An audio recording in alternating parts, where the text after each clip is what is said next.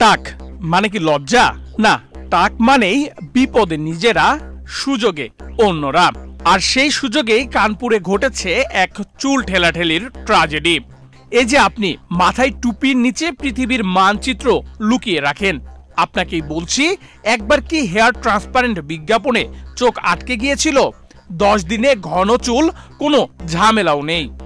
সম্প্রতি ভারতের কানপুরে এমন সস্তা বিজ্ঞাপনে পড়ে কানপুরের 2 প্রকৌশলী পড়েছিলেন জীবনের সবচেয়ে বড় ভুলে। বিনীত কুমার দুবে ও প্রমোদ কাটিয়ার দুজনেই টাকের যন্ত্রণা থেকে মুক্তি চেয়েছিলেন, এজন্য তারা খুঁজছিলেন ডাক্তার।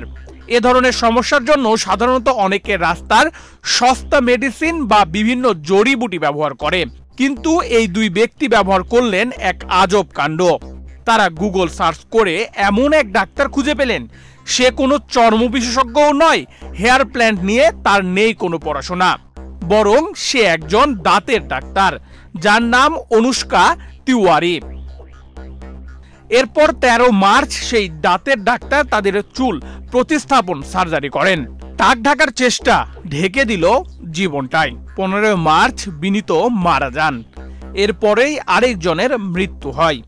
মাত্র 48 ঘন্টার মধ্যে হারিয়ে যায় 2টি প্রাণ। সংবাদ প্রতিবেদনের এক প্রতিবেদনে জানানো হয়েছে, চুল প্রতিস্থাপনের 48 ঘন্টার মধ্যে 2 প্রকৌশলী বিনীত কুমার দুবে ও প্রমোদ কাটিরিয়ার মৃত্যু হয়েছে। যদিও এ ঘটনায় অভিযুক্ত দাঁতের চিকিৎসক অনুষ্কা তিওয়ারি পুলিশের কাছে আত্মসমর্পণ করেছেন। এ ঘটনা প্রশ্ন তুলেছে হেয়ার ট্রান্সপ্ল্যান্ট সার্জারির সুরক্ষা ও বাণিজ্যিকরণ নিয়ে।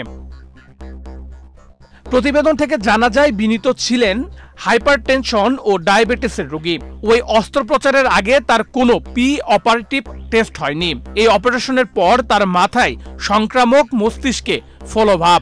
বিনীতের মৃত্যুর পর তার স্ত্রী জয়া ত্রিপাঠী থানায় অভিযোগ করলে প্রথমে পুলিশ পাত্তাই দেয়নি। শেষে মুখ্যমন্ত্রী যোগী আদিত্যনাথের হস্তক্ষেপে মামলা হয়। 26 মে সোমবার সরকারি আইনজীবী দিলীপ সিং জানান, অনুষ্কা তিওয়ারির বিরুদ্ধে গুরুতর অভিযোগ রয়েছে।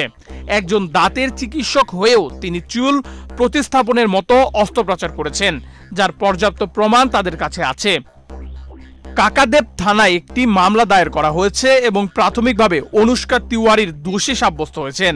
আত্মসমর্পণের পর তাকে জেলে পাঠানো হয়েছে।